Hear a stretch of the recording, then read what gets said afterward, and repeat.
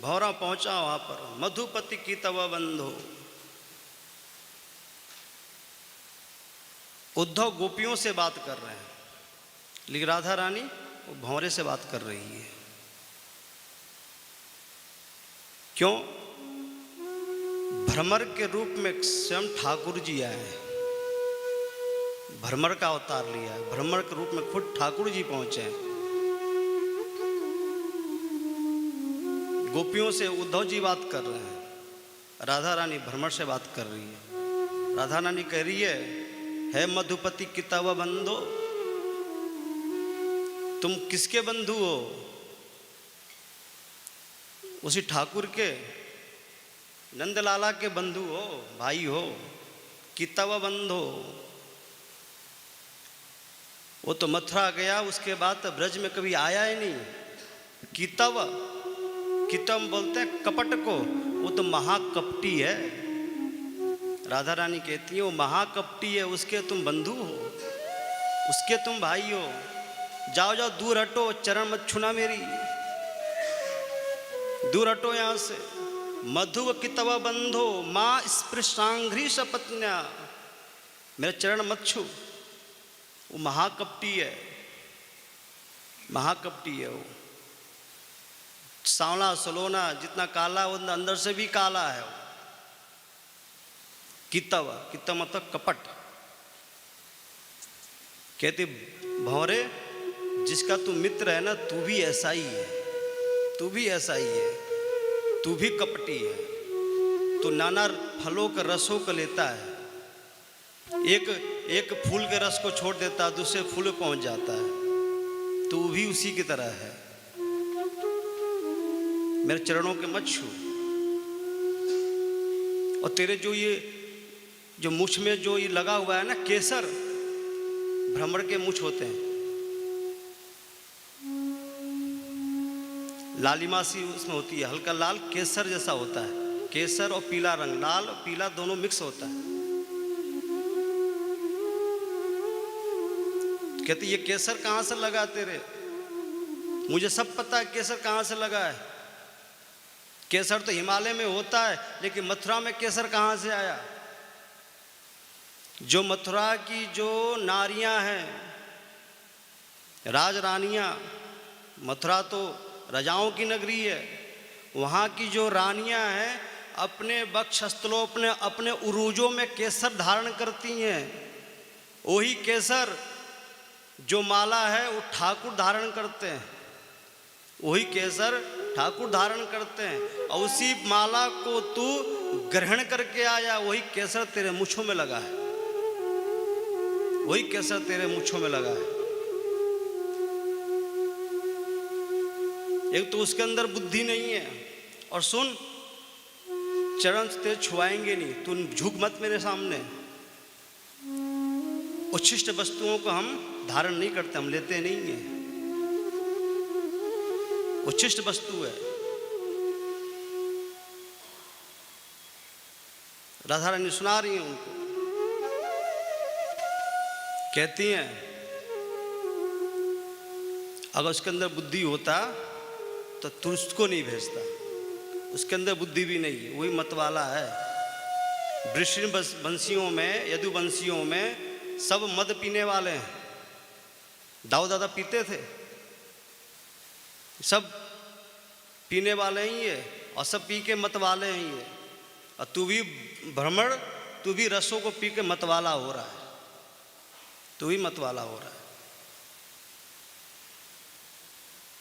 तू भी मतवाला हो रहा है। वो केसर लगा के आया तू। राधा रानी कहती हैं, एक संत का भाव इसमें है, कहते ठाकुर का माला में जो केसर लगा हुआ है उसका ग्रहण करके भ्रमर आया है।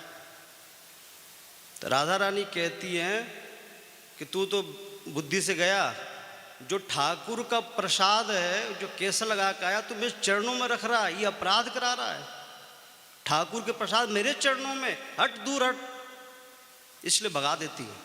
ठाकुर के प्रसाद है ना, तेजी बुद्धि भी बौरा गई है। कहती चरण को मत छू, ये ठाकुर का प्रसाद है, कपटी है वो।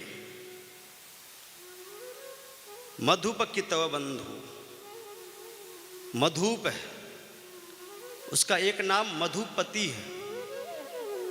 कृष्ण का नाम एक मधुपति है, मधुपति है। राधा रानी उल्टा सीधा कृष्ण के बारे में कह रही है। प्रेमी लोग कहने का अधिकार रखते हैं। प्रेम का जो पंथ है वो निराला है, वो अलग है, उसकी धारा उल्टी ही बहती है। वो कुछ भी कहने में समर्थ होते हैं। प्रेम आप से शुरू होकर तू तक पहुंचता है, तो प्रेम है। ब्रज में तो लोग गालियां देते हैं, दारी के, ऐसे बहुत सारे शब्द बोलते हैं। ब्रज की गालियां तो वेद मंत्र है साहब।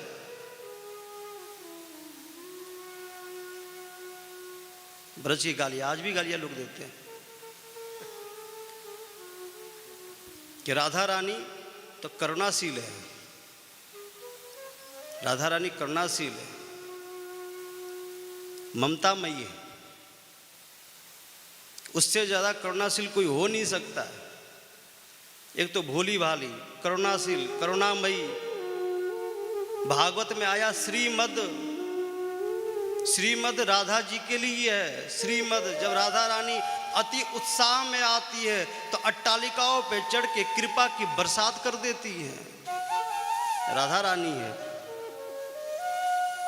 ठाकुर तो कृपा करता है, राधा रानी कृपा की बरसात करती है। जो राधा रानी है, वृषभान नंदिनी है। भानु मतलब सूर्य, वृष मतलब धर्म, धर्म सूर्य की पुत्री, वृषभान नंदिनी। राधा रानी वृषभान नंदिनी है। अब माँ तो करुणाशील होती है, माँ तो होती है। जानकी जी बड़ी करुणाशील है, जानकी जी बड़ी करुणाशील है। जब राम रावण युद्ध समाप्त हो गया, राम ने हनुमान जी से कहा कि जाओ संदेशा दे आओ कि रावण मारा गया, रावण मारा गया, संदेशा दे आओ जानकी जी को। हनुमान जी पहुंचे अशोक वाटिका में माता सीता के पास। तो कहते माँ, रावण तो मारा गया, राम आएंगे आपको लेकर जाएंगे विभीषण से अनुमति लेकर के। तो इस वक्त राजा विभीषण है, और जिसके राज की जो संपत्ति होती है, जो राज जिसको अधीन कर लेता है उसको राजा से ही लिया जाता है। तो विभीषण से मांग के ले जाएंगे आपको।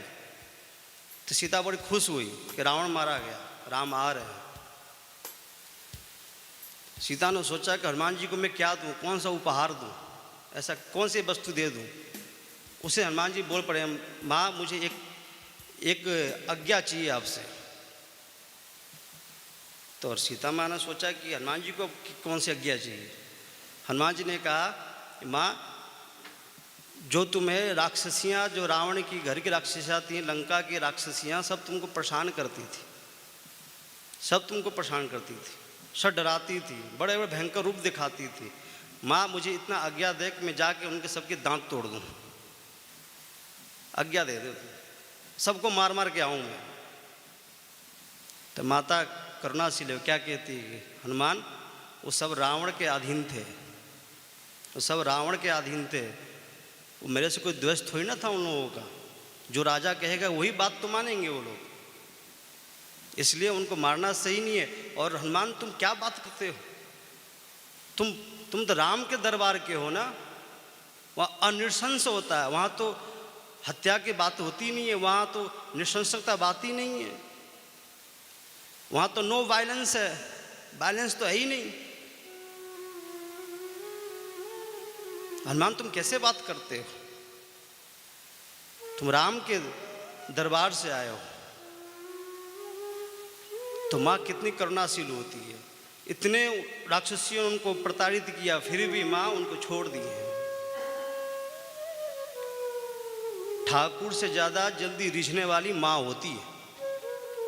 अगर मनाना हो ना तो माँ को मनाना चाहिए। ठाकुर पर टाइम भी नहीं रहता, वो तो राजघरानाओं में बहुत सारे कामों में व्यस्त रहते हैं, अवसर सिर्फ माता ही देती है, उनके पास ही अवसर होता है। ठाकुर के, राधा रानी के पास अवसर है, माता को मनाना चाहिए।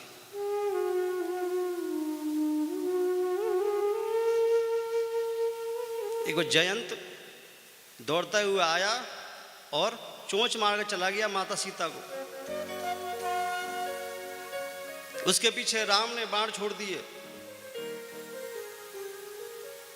महाराज घूमते घूमते